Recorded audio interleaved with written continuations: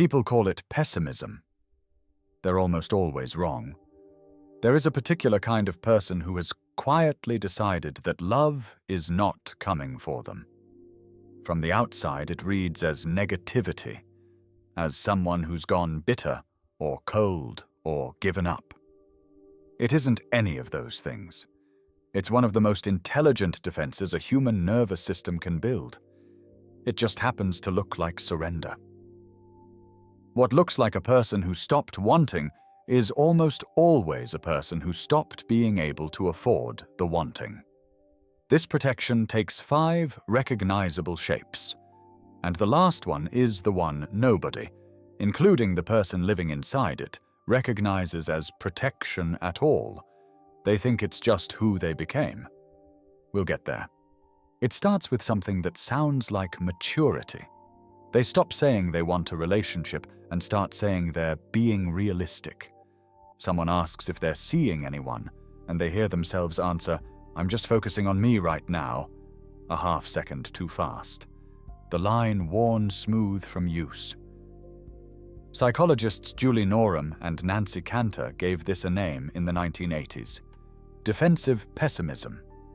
You run the forecast in advance, every way it could go wrong, rehearsed before it happens, so that a disappointment you've already survived in your head has no power to blindside you when it arrives. From outside, it reads as bleak. From inside, it's just engineering. And the cruel part is how well it works. Brace for nothing, and you feel nothing. And feeling nothing slowly starts to feel like peace. But bracing for one disappointment is a different thing from deciding the whole category is closed. That deeper shutdown is a different animal. No one chooses it. It gets done to them. In the late 1960s, Martin Seligman and Stephen Meyer ran an experiment that accidentally explained heartbreak. Animals were placed in a situation they couldn't escape. Later, the escape route was opened, wide open, easy. And they didn't take it. They'd already learned that nothing they did mattered, so they stopped trying, even when trying would now have worked. Learned helplessness. Here's the part that lands in the chest. Decades on, Meyer and Seligman went back to that research and decided they'd had it backwards. In that setup, passivity came first. It was the default.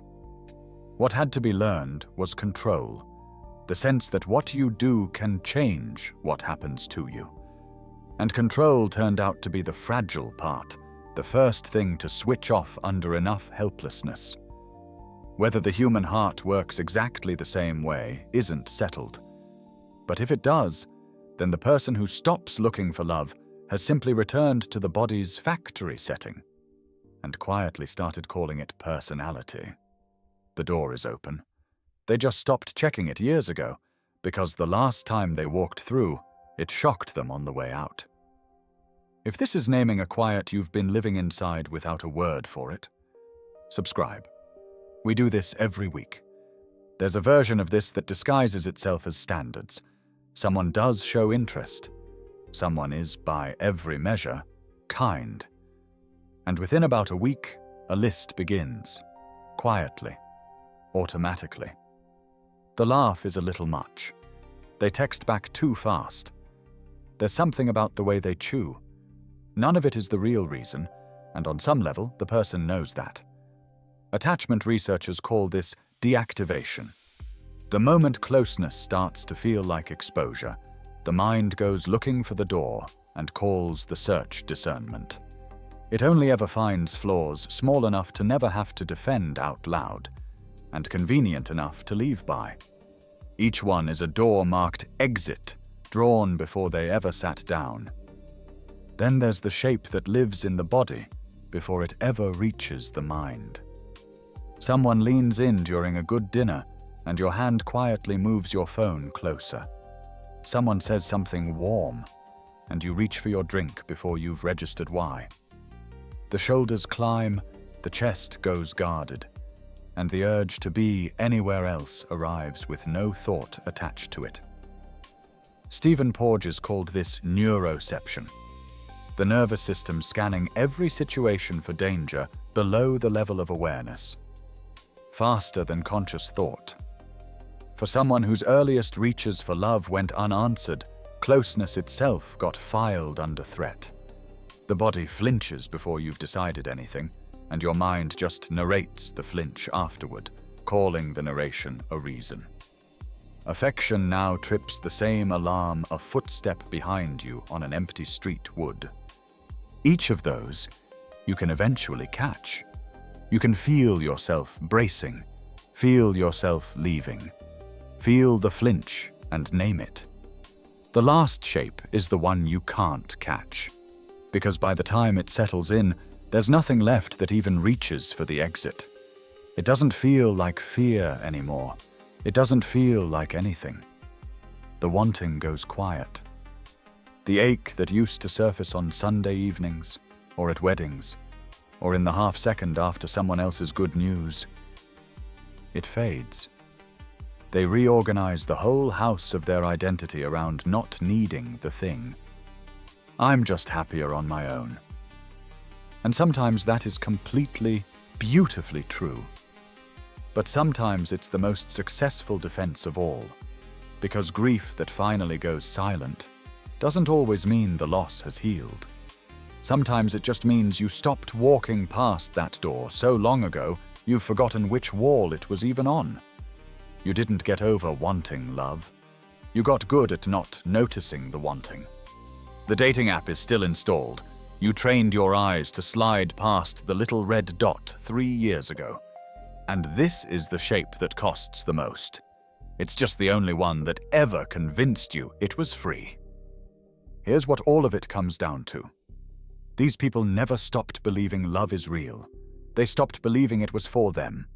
And those two losses are nothing alike. One is cynicism. The other is grief, wearing cynicism's coat so no one thinks to ask. The wound they guard most carefully lives one level beneath the heart, in the capacity for hope itself. Because hope was always the only part of this that actually drew blood. The disappointment they could survive. It was the wanting that came first that made them stop checking the door. So if you recognized yourself anywhere in this, here's the only thing worth saying. No one's asking you to sprint back out there. The open door doesn't mean you have to walk through it. It just means it stopped being electrified a long time ago, and you're allowed to check, slowly, one hand still on the frame. You're not the only one who went this quiet. More people live inside this exact silence than you'd ever guess. And 3 things stay true. You can want something and survive not getting it. You don't have to be sure it's coming to stop bracing against it. And hope doesn't have to be all or nothing. It can be rationed, just enough to keep the door in view. If this named something, tell me which shape found you first. The forecast, the door, the list, the flinch, or the quiet. One word is enough. And if someone you love keeps insisting they're just done with dating, send them this. Most people who say that are protecting something that still matters to them more than they'll let on. If this gave you language for something you've always felt but couldn't name, subscribe. We translate what your body already knows into language your mind can finally use.